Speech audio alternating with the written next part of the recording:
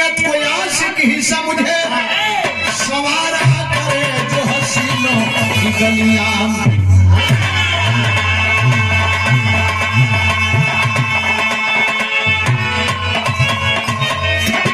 राजा नंगपाल दिल्ली के, जिनके 6 बेटे थी बेटी सुघर, नाम सवित्री हुस्न आलम भरा, लिखे राहगीर जिनका पहले हुनर।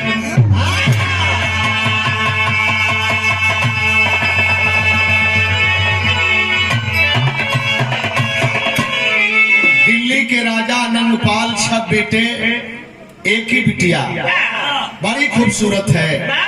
और उसमें भी जब जवानी की दहलीज पर हुई, आय हाय हाय हाय, जवानी हाँ हो भैया तब का, हमार बात थोड़ो हो, काहे ना हम तो जवान अजुओ है। हमार जवानी कैसे तू देखल चाहत हुआ, गर्मी जब ले ना हुई तब ले ना जानल जाई, पसीना आवे लगी तक मतलब कि वो आदमी जवान है, जेकर पसीना न भैल तो जवान ना है। ठीक है, कल तो चैनल वाले भाई लोग एको जानी पसीना में ना हुए समय, तो लोग बूढ़ हुए लोगों, अच्छा मेहनत ना करत हुए तब वो मेहनत करत हुए। जवानी केहू के बाउर होले, बिटिया रानी जब जवानी की दहलीज पर होती है तो सोच कहीं बनती है, संजोग कहीं बनता है।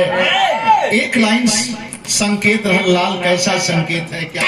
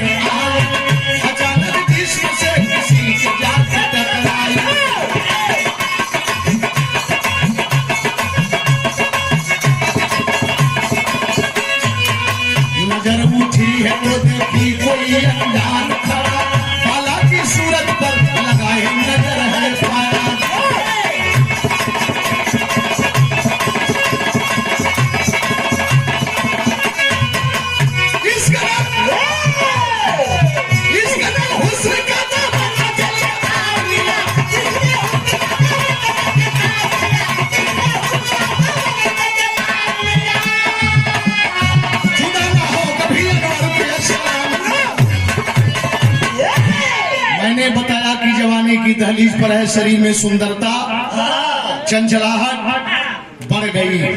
फुलवारी में अपने टहल रही है, कभी मंद गज से कभी तेज गज से, लेकिन चल रही है, कहीं अंदाज कहीं है, सोच कहीं है।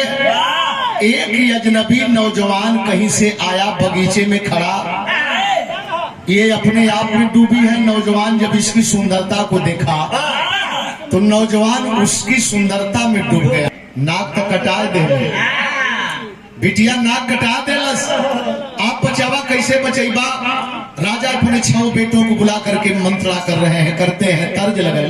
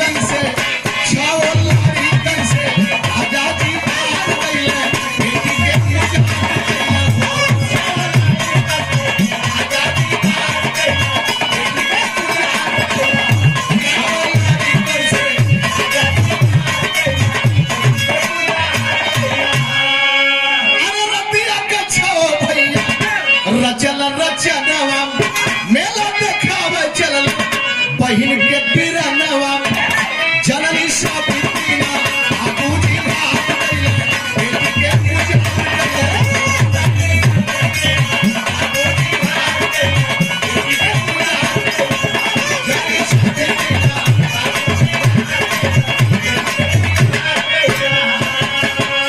मंत्रणा में तय करते हैं, बेटा न रहे बास न बजे बंसुरी।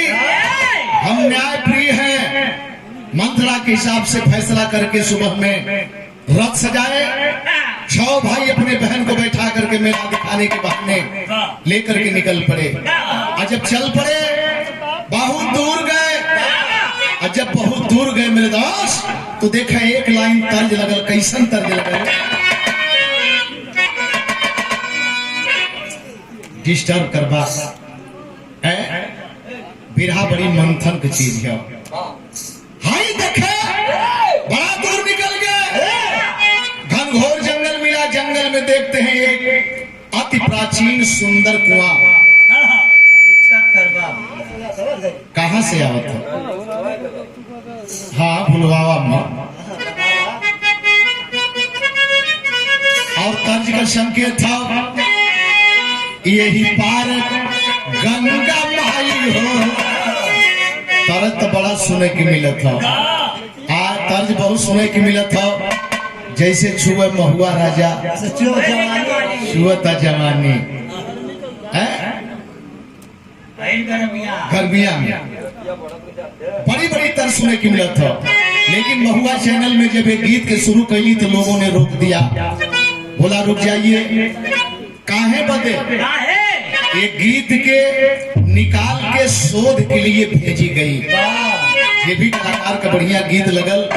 तो जितना भी गीत निकाल गई, छाटल गई, सब अपने माटी का गीत छाटल गई। फिल्मी ना, भोजपुरी ना, अपने माटी का गीत क्यों बा, चाहे माई बहन का गीत होखे, चाहे केहू का गीत होखे, ये छाट के भेजल गई। यही पार गंगा माई हो, वही पार जामुना।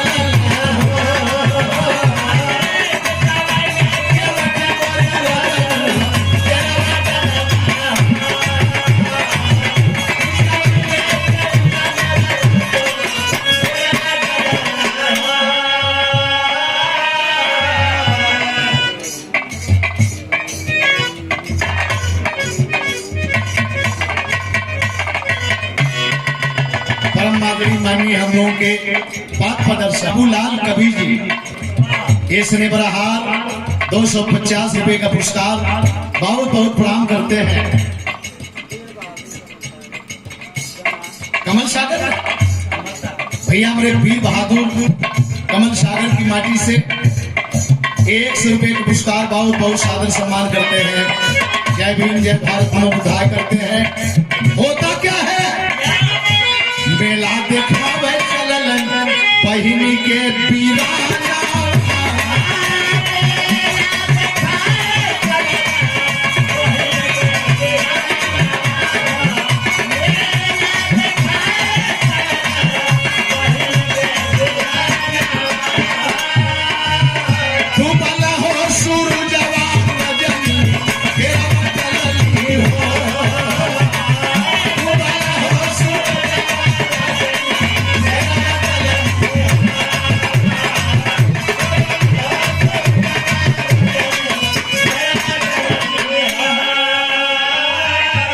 सूर्यास्त होने लगे। जब ये अंधेरा छा गया मेरे दोस्त, तो सोचे कि इसी कुएं की जगत पर पड़ाव डालें, विश्राम करेंगे, सुबह होगा तो यहाँ से प्रस्थान करेंगे। विश्राम करने की नीयत से पड़ाव पड़ गया। आज जब सुंदर हवा पाती है बहन जंगल की, तो गहरे नींद में सांस लेने लगी। और जब बहन गहरे नींद में सांस लेने लगी, तो भाई अपने कार को अंजाम देने के लिए चल पड़े। रतिया कछा वो भैया रचल रचनावा से, अरे बहिनी के डाली दिहल गहिरे कुआना। सोचल कि मारी जई है डूबी करके पनिया में, रातों रात चली भइल अपने भावना। बहन नींद में खर्राटा भर रही है, उठा करके गहरे कुआं में के जल में फेंक दिए। जाओ न रहोगी, न तो कलंकित हम लोग होंगे। लेकिन बार समय, लेकिन वो कुमारी आकी छोटियों न लागल तनिको, माया भगवान के दिखाई पिया बनावा। जैसे कोई फूलवा की अरे सेज पर सुताई दिहल, बच गई गर्भवा के अलहर सुमनावा। हाय हाय हाय हाय, यही के कहला कि जाको राखे साइया मार सके ना कोई, बाल बाका कर सके जो जग बैरी हो। अब वही मर्दे में महाहर में आग लग गई बस में, और पता चलल कि मतारी फेंका गई, बच्ची फेंका गई। 200 रुपया का माला वही दिन बना के झगड़ा कर दे रामशीष भाई से। कल की फोन लगावा उनकर प्रोग्राम हो, तो कल नाना उनकर प्रोग्राम ना हो। जब फोन लगौल कल भैया तनी से बतियाला काट ये रामशीष गायक, तो कहली के अरे भैया हम ही बोलत हई, तो नाम मनल। जब रमाशंकर उठौला कल की भैया बोलत हुआ, कहली कि हाँ भाई, तब जाके मनल। कल हम 200 रुपया और जुए से तैयार है, 200 तोहार हम इनाम मिल गए। आज जो मिला था तो हम बेसी मिला था। बहुत बहुत नमस्कार करते हैं, जय भीम जय भारत हम उद्धार करते। लेकिन बात तो ठीक है, सवाल कर देती है बेटी, आप कौन हो बाबा निकालने वाले? मैं बहुत मजे में थी, लेकिन जब निकाल दिया तो अपनी पहचान तो बताइए। सोचे लगना बिरहा में कभी जी लाइन देलन, अरे लीला है किसी नारी त्रिभुवन में, लीला है किसी नारी त्रिभुवन में, रक्षक बने जहां में चक्र सुदर्शन। बोले साधु बाबा दुख का खात्मा भइले,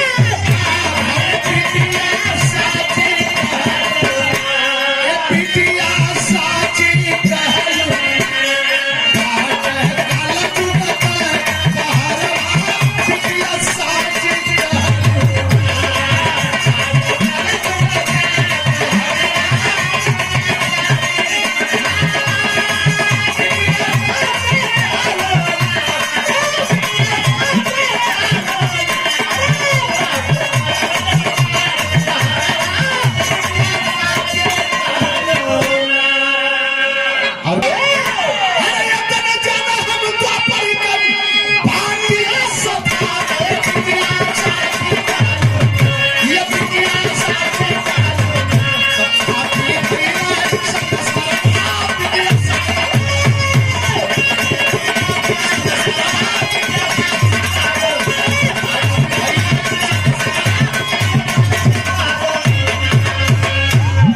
कलयुग में द्वापर का अश्वस्थामा।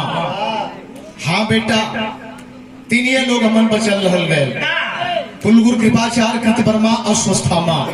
दो आदमी अपनी अपनी जगह ले लिए, मेरी जगह ये बनी बेटा। अब तो जान गई चली जा कलश की बाबा, अब तो और ना जाए। अब तो तू ये जगह हमरे बदे हो, जितना पीड़ा में तू पीड़ित हुआ उससे ज्यादा पीड़ा से हम पीड़ित है। अब तय अपने सेवा बदे आदेश करा या यही काल के गाल में जाए का आदेश करा। कलम मारने वाले से बचाने वाले का हाथ लंबा है बेटा, कैसे बचा करके मरने का आदेश करूं। चल आओ, ये भी पुरस्कार।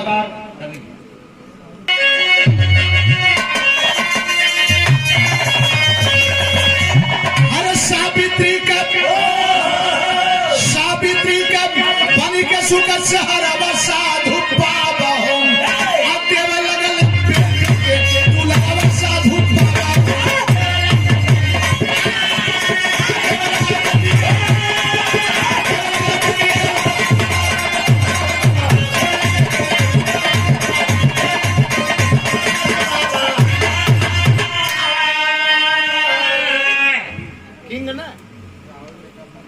राहुल नेता पहाड़ी पे भैया तरफ से कैसे पुरस्कार, बहुत बहुत धन्यवाद। अगर हुआ वही सावित्री तन से एक पुत्र बलशाली हो, धीरे धीरे 7 वर्ष का उम्र हो गई पाली हो। देख पालक का चेहरा साधु पावा हो, सिखाई दे साधु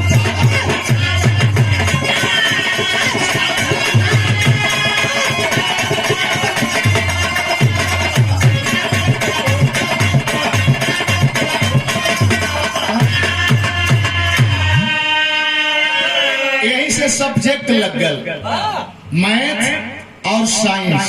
लड़का पैदा भयल, लड़कवा के जब 7 वर्ष का भयल तो उनके घुमावे लगल, जंगलवा में अपन विद्या सिखावे लगल। लड़का भयल कैसन, अरे हुआ प्रवीण धनुष विद्या में वह बालक गुणकारी हो, रहा जंगल के बीच में कहे मार पाल सरकारी हो। एक बार से गिर जाले कुल से रवा साधु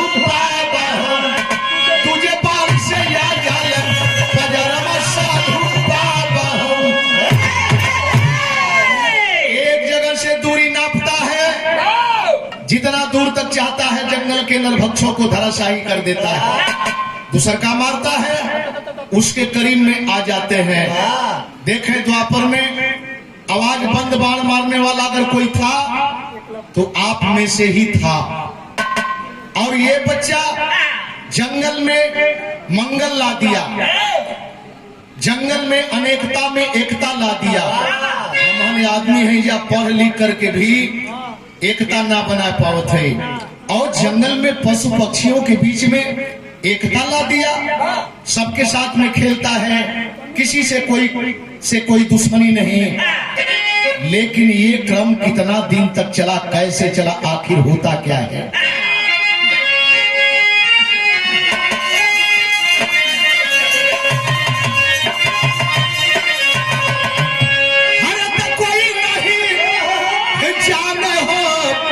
संजोग वाली पतिया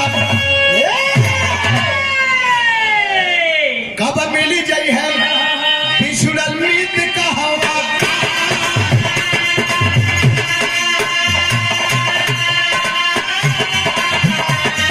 एक दिन से हो जवान वही गेला का शिकार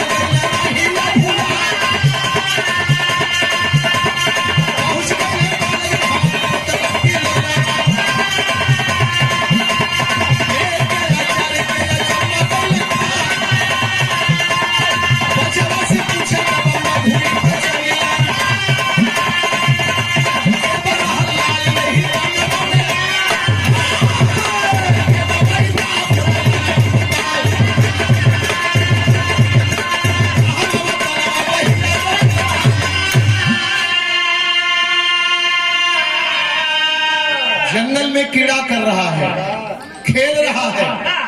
उसी बीच में सोमेश्वर साहब रथ पर बैठे, शिकार खेलने की नीयत से वहां तक पहुंच गए।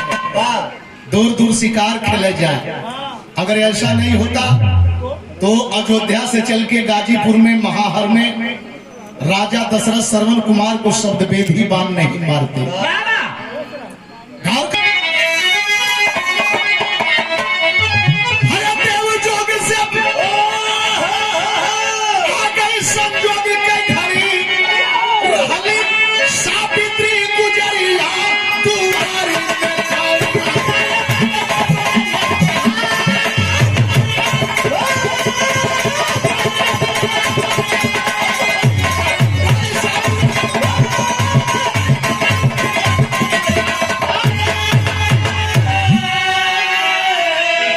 एक दूजे को देखे दोनों तरफ से अश्रुधारा छलक पड़ा। अरे ये तो मेरी वही महबूबा है जो बाग में मिली, वादा किया लेकिन इतना दिन के बाद यहाँ मिल रही है। ये भी पहचान गई कि तो वही है। आए हाय नजदीक में आते हैं तब तक महाराज जी आगे बोले, बेटा मैं जान गया तू ही है ना। ब्राह्मण और ब्राह्मण में बहुत अंतर होला। ब्राह्मण और ब्राह्मण, ब्राह्मण जात से नहीं, ब्राह्मण जात से नहीं। ब्राह्मण का मतलब जो ब्रह्म को पहचान कर ले वही ब्राह्मण है। बिरादरी से पंडित ना, बिरादरी से ना। जहाँ विद्वता शरीर के अंदर रोम रोम में भरी हो वही आदमी विद्वान है, वही आदमी ब्राह्मण है, वही आदमी पंडित है। कहला कि आओ मैं शादी कर देता हूँ, कलंक मिटा देता हूँ। मन तुझान करके शादी कर दिए। शादी का तमाम विधि हो एक अपने जगह पर छोड़े, लेकिन जब छोड़ा होके नजदीक गई शादी का तो वो विधि है कि ये कहूँ बता दे। त्रेता में राम का शादी भइल, धनुष रखल गई, जे तोड़ी वही से बिया हुई सीता का। तोड़ल राम बिया भल एक मारे भाते चारों भाइयन के। हाँ समझदारी काम कैले। अब द्वापर में आओ बढ़िया समझदारी काम कैले। नीचे खौलत तेल में ताकई के है, ऊपर चरखी पर मछली नाचत है। ओकरे आँखी में बाण मारे के, जे मारी तेल में ताक के वही से बिया हो। मरना अर्जुन अपनौले पांचों भाई। तो दोनों सो काहे ने एक पर कुल बिता लेता। अभी देखत हुआ हम के द्रौपदी बनाओ थे अपने द्रौपदा। आए हम द्रौपदी हैं तो भाई हनुमान वाला ना भीम वाला गदवा ले आना। कहीं अकेले हुआ नहीं बनावे ले। हाँ अर्जुन अर्जुन कहबे पैसा हम ले लेते।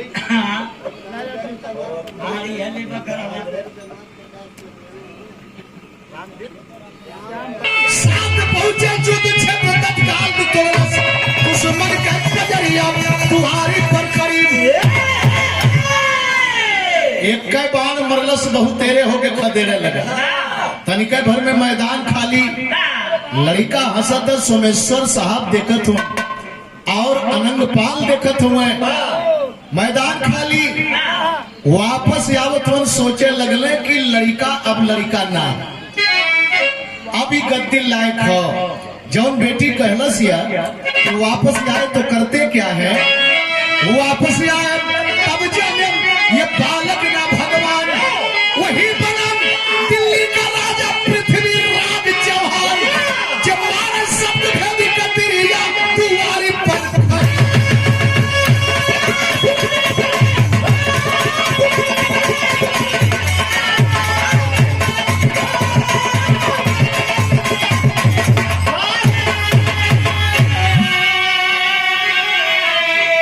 एक शब्द आयल है एक बीच में कलजुग। कलजुग का मतलब सतयुग में अगर कहीं एक ढंग के लोग रहले, त्रेता में एक ढंग के लोग रहले, द्वापर में एक ढंग के लोग रहले, तब कलजुग केहू से पीछे ना।